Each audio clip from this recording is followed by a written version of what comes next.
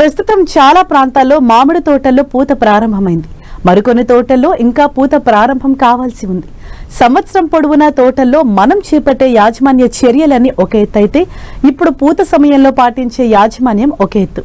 ఈ దశలో తోటల్లో పురుగులు, తెగుళ్లు ఆశించకుండా రైతులు ప్రత్యేకమైన జాగ్రత్తలు తీసుకోవాలి. ముఖ్యంగా చాలా ప్రాంతాల్లో పూత ప్రారంభమయ్యే ఈ సమయంలో ఆకు జల్లెడ గూడు పురుగు ఆశించింది. దీని నివారణకు సమగ్ర సస్యరక్షణ చర్యల గురించి తెలియజేస్తున్నారు శాస్త్రవేత్త వెంకట్రెడ్డి.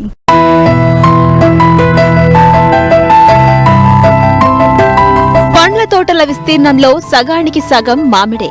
తెలుగు రాష్ట్రాల్లో దాదాపు 5,08,000 హెక్టార్లలో మామిడి తోటలు సాగవుతున్నాయి. తోటలు ప్రస్తుతం పూత దశలో ఉన్నాయి. ఈ ఏడాది వాతావరణ పరిస్థితులు అనుకూలంగా ఉండడంతో సకాలంలో పూత ప్రారంభమవడంతో రైతుల్లో ఉత్సాహం నింపుతోంది. అయితే పూత సమయంలో కాయ పెరిగే దశలో తెగుళ్లు, పురుగులు ఆశించి తోటలకు నష్టం చేస్తాయి. ముఖ్యంగా ఈ సమయంలో చాలా ప్రాంతాల్లో గూడు పురుగు ఆశించినట్లు శాస్త్రవేత్తలు గుర్తించారు. సకాలంలో నివారించకపోతే దిగుబడి తగ్గే ప్రమాదం ఉంది. కాబట్టి గూడు పురుగును గుర్తించిన వెంటనే రైతులు చేపట్టాల్సిన సమగ్ర సస్యరక్షణ చర్యల గురించి తెలియజేస్తున్నారు శాస్త్రవేత్త డాక్టర్ వెంకటరెడ్డి.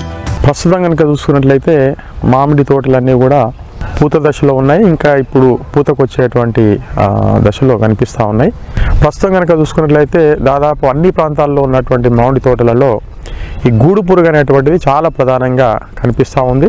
ఎక్కువగా ఆకులను ఆశించి ఎక్కువగా నష్టం చేస్తూ ఉంటుంది. దాంతో పాటుగా కొన్ని సందర్భాలలో మామిడి తోటలలో ఈ గూడు పురుగును మనం సకాలంలో కనుక నివారించుకోలేకపోతే ఈ పూత దశలో కూడా అది ఎక్కువగా నష్టం చేయడానికి అవకాశం ఉంటుంది. ఈ పురుగుకు సంబంధించినటువంటి నష్టం ఎలా చేస్తుందని చూసుకున్నట్లయితే, తల్లి రెక్కల పురుగులు ఆకులపైన గుడ్లు పెట్టిన తర్వాత గుడ్ల నుంచి వచ్చినటువంటి లార్వాలు ఏవైతే గొంగలి పురుగులు ఉంటాయో ఆకుల మీద ఉన్నటువంటి పత్రహారతాన్ని గోకి తిని తర్వాత దగ్గర ఉన్నటువంటి 2-3 ఆకులను దగ్గరగా చేర్చి గూడులాగా తయారు చేసి ఆ గూడు లోపల ఉండి మనకి లోపల ఉన్నటువంటి పత్రహారతాన్ని అంతా కూడా గోకి తినివేస్తుంది. కొన్ని సందర్భాలలో ఒక కొమ్మకు ఉన్నటువంటి ఆకులను మొత్తం కూడా గూడులాగా తయారు చేసి మనకి లోపల ఎక్కువగా నష్టం చేస్తూ ఉంటుంది. గూడులాగా తయారైనటువంటి దాన్ని మనం ఒకవేళ చేతితో గట్టిగా మనం చీల్చి చూసినట్లయితే లోపల మనకు లేత ఆకుపచ్చ రంగులో ఉన్నటువంటి పచ్చ పురుగు కూడా మనకు కనిపిస్తూ ఉంటుంది. ఆ పురుగును కనుక మనం చేతితో తీసినట్లయితే సాలెగూడులాగా మనకి వేలాడుతూ కనిపిస్తూ ఉంటుంది. సకాలంలో కనుక మనం నివారించుకోలేకపోతే ఇప్పుడు పూత వచ్చేటువంటి సమయంలో పూత గెలలు పై కూడా ఆశించి పూతను కూడా తినివేయడానికి అవకాశం ఉంటుంది. కాబట్టి రైతు సోదరులు ఈ గూడు పురుగు విషయంలో చాలా జాగ్రత్త తీసుకోవాలి.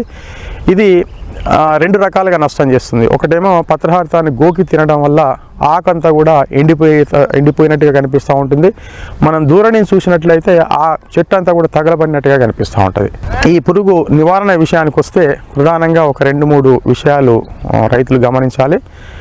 మొట్టమొదటిది, ఈ పురుగు గూడు లోపల ఉండి నష్టం చేస్తూ ఉంటుంది. కాబట్టి మనం పురుగు మందులు పిచికారీ చేయడానికంటే ముందు ఈ చెట్ల పైన ఉన్నటువంటి గూళ్ళు ఏవైతే ఉంటాయో ఆ గూళ్ళన్నిటి కూడా ఒక పొడవాటి ఒక కర్ర పెట్టేసి ఆ కర్రతోటి మొత్తం అంతా గూడునంతా కూడా తీసేసేయాలి. ఆ కింద పడినటువంటి గూళ్ళన్నీ కూడా మళ్ళీ సేకరించుకొని ఒక దగ్గర వేసి తగలబెట్టినట్లయితే లోపల ఉన్నటువంటి పురుగులన్నీ కూడా సరిపోతూ ఉంటాయి. తర్వాత మనం పురుగు మందు పిచికారీ చేసుకున్నప్పుడు ఈ పురుగు మందు అనేటువంటిది ఆ పురుగు పైన పడడం వల్ల తేలికగా ఆ పురుగును మనం నివారించుకోవచ్చు.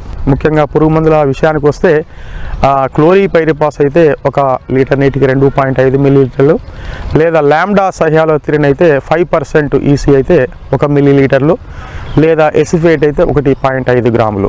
ఈ మందులను ఏవైనా కూడా మార్చుకొని అవసరమైతే గూడు పురుగు యొక్క ఉధృతి కనుక ఎక్కువగా ఉన్నట్లయితే డైక్లోరోవాస్ అంటే నూవాన్ లాంటి మందు 1 లీటర్ నీటికి 1 మిల్లీలీటరు వంతున మనం కలిపి పిచికారీ కనుక చేసుకున్నట్లయితే ఈ పురుగును మనం తేలికగా అరికట్టుకోవడానికి అవకాశం ఉంటుంది.